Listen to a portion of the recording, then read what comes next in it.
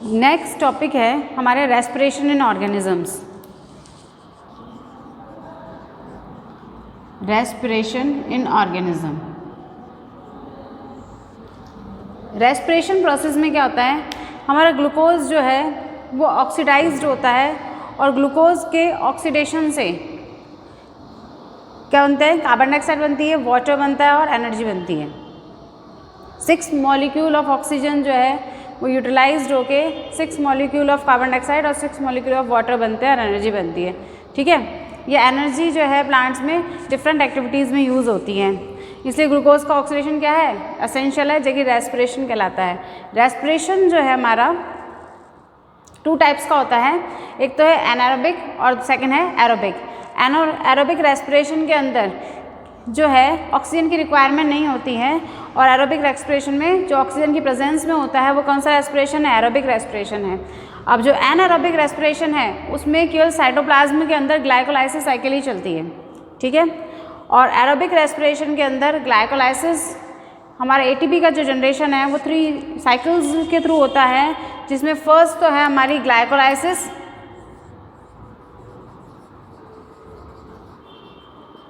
Second है हमारी TCA cycle और थर्ड है हमारी इलेक्ट्रॉन ट्रांसपोर्ट सिस्टम।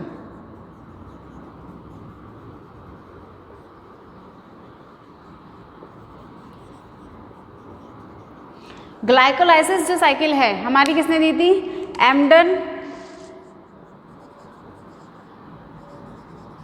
पार्नास एंड मेयरहॉफ ने दी थी, जो कि सभी लिविंग ऑर्गेनिज्म की किस में चलती है, साइटोप्लाज्म में चलती है।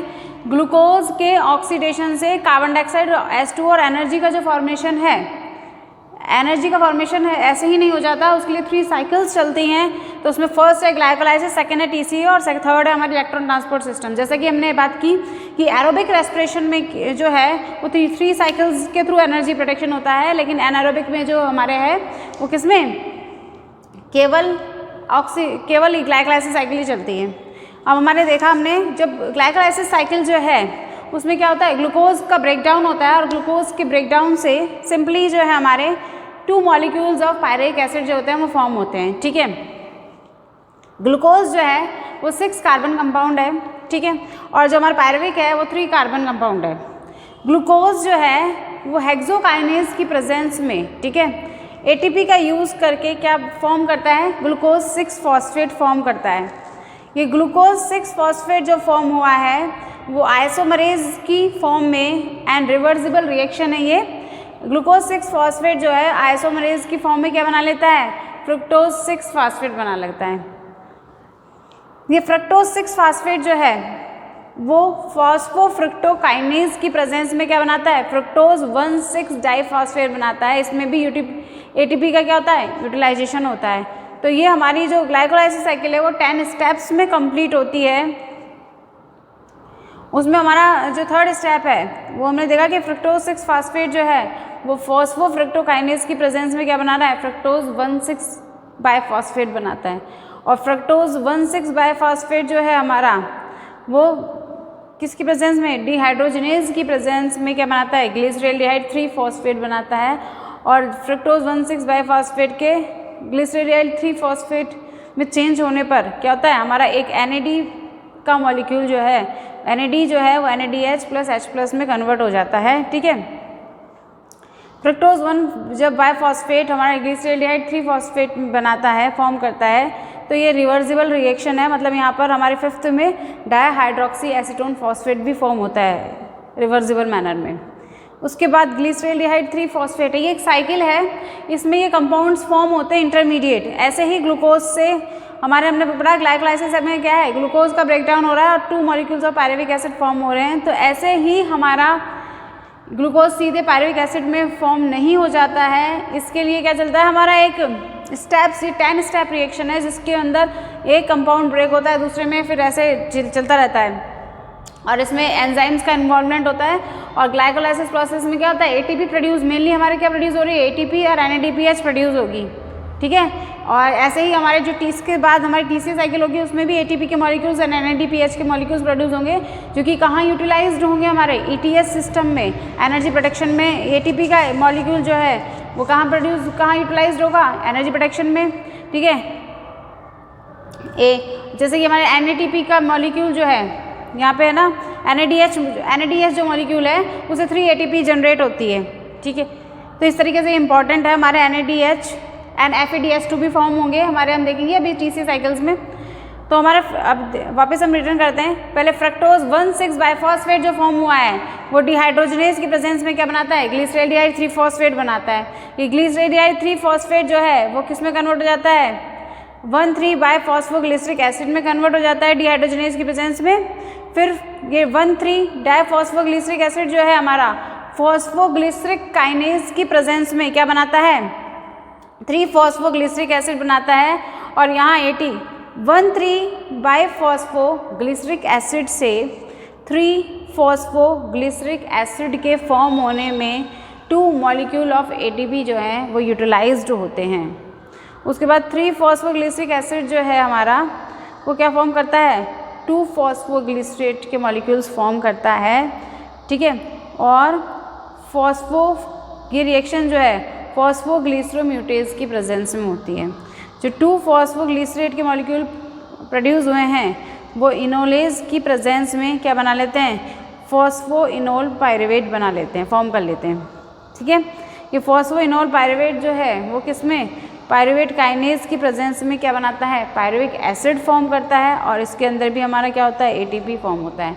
ये 10 स्टेप रिएक्शन है जो कि एम्डन, पार्नस और मेयरहॉफ ने दी थी, जो कि 10 स्टेप में होती है, ठीक है। ग्लूकोज से बना ग्लूकोज 6 फॉस्फेट हेक्सोकाइनेज, फिर ग्लूकोज 6 फॉस्फेट से फ्रक्टोज 6 फॉस्फेट, फ्रक्टोज 6 फॉस्फेट से बना फ्रक्टोज 1,6 डाइफॉस्फेट, फिर बना हमारे ग्लिसरैल्डिहाइड 3 फॉस्फेट, फिर 1,3 बाइफॉस्फोग्लिसरिक एसिड, फिर 3 फॉस्फोग्लिसरिक एसिड, फिर 2 फॉस्फोग्लिसरेट, फिर नेक्स्ट फॉस्फोइनोल पायरुवेट और पायरुविक एसिड। इस तरह से हमारे ये डिफरेंट एंजाइम जिसमें एक्सोकाइनेज, आइसोमरेज, फॉस्फोफ्रक्टोकाइनेज, फॉस्फोग्लिसरोकाइनेज और ये सब एंजाइम काम में आए हमारे, और पायरुविक एसिड के 2 मॉलिक्यूल्स फॉर्म हो गए।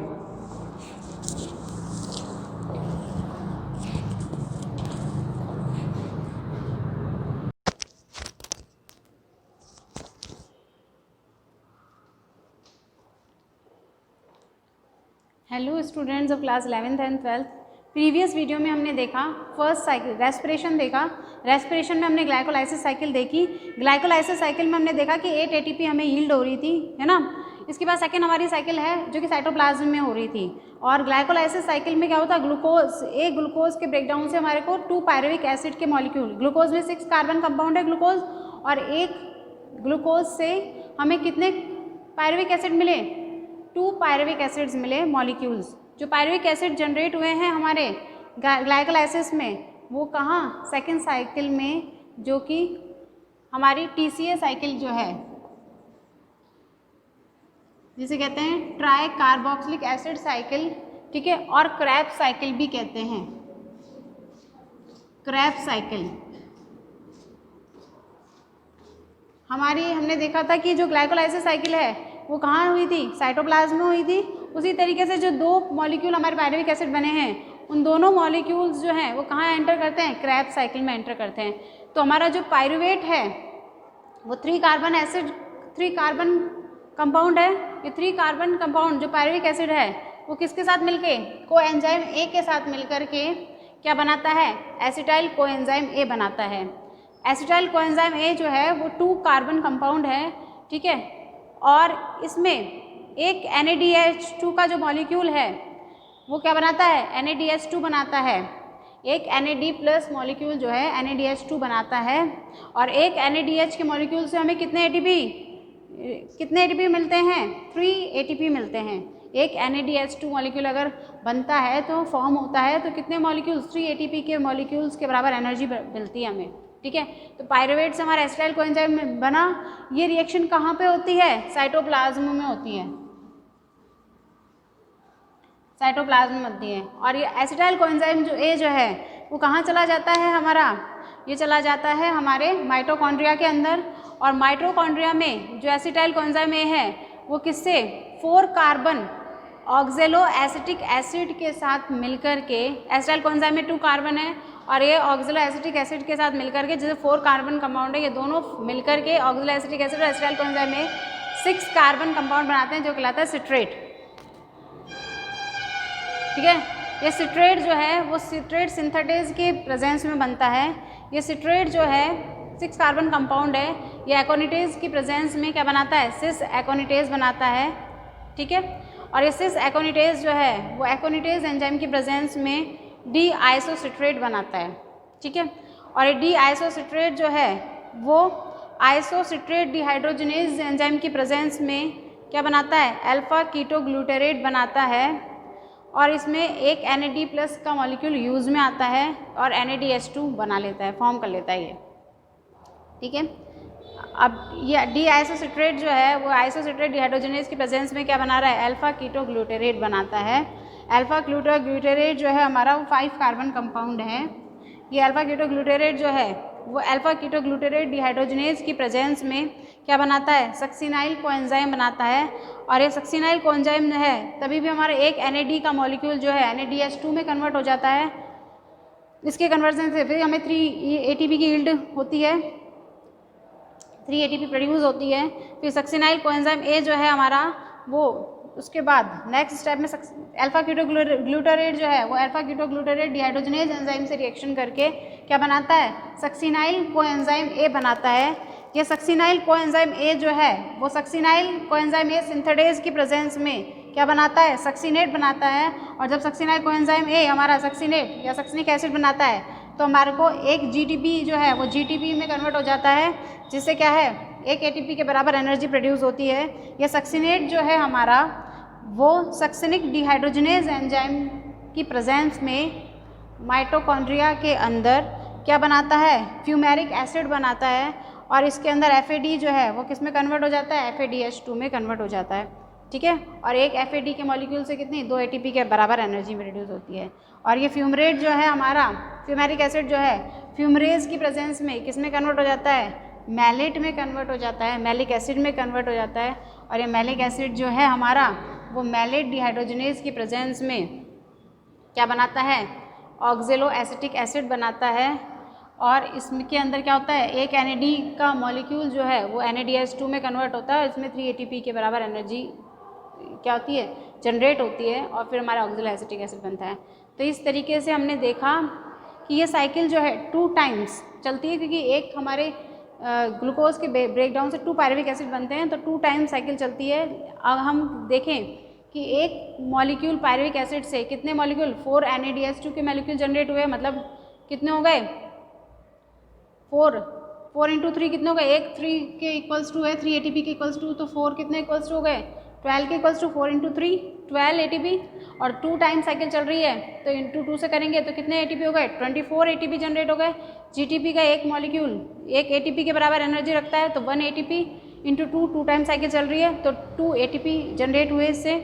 FADH2 जो है FADH2 से एक FADH2 से 2 ATP एनर्जी मिलती है, तो 2 ATP इंटू 2 कितने हो गए, टोटल 4 हो गए। इस तरह से कैलकुलेशन करके हमारे कितने ATP फॉर्म हो जाते हैं, 30 ATP फॉर्म हो जाते हैं हमारे किसमें, एक पायरुविक एसिड से TCA साइकिल और क्रेब्स साइकिल में। इसे क्रेब्स ने डिस्कवर किया था, इसे हम इसके क्रेब्स साइकिल कहते हैं, ट्राई कार्बोक्सिलिक एसिड साइकिल। और इसमें हमारे क्या होता है, पायरुवेट जो एसिटाइल कोएंजाइम A बनाता है वो इसमें कार्बन डाइऑक्साइड रिमूव होता है। ठीक है, इससे 2 कार्बन कंपाउंड बनता है एसिटाइल कोएंजाइम A, और ये रिएक्शन डी कार्बोक्सिलेज या डिहाइड्रोजनेज भी कहलाती है इस वजह से। और ग्लाइकोलाइसिस में हमारे 8 ATP जनरेट हुए थे, तो 30 ATP और 8 ATP मिलकर कितने ATP जनरेट कर लेते हैं, 38 ATP। इस तरह से हमारे TCA तक 38 ATP हमको यील्ड होती है या प्रोड्यूस होती है।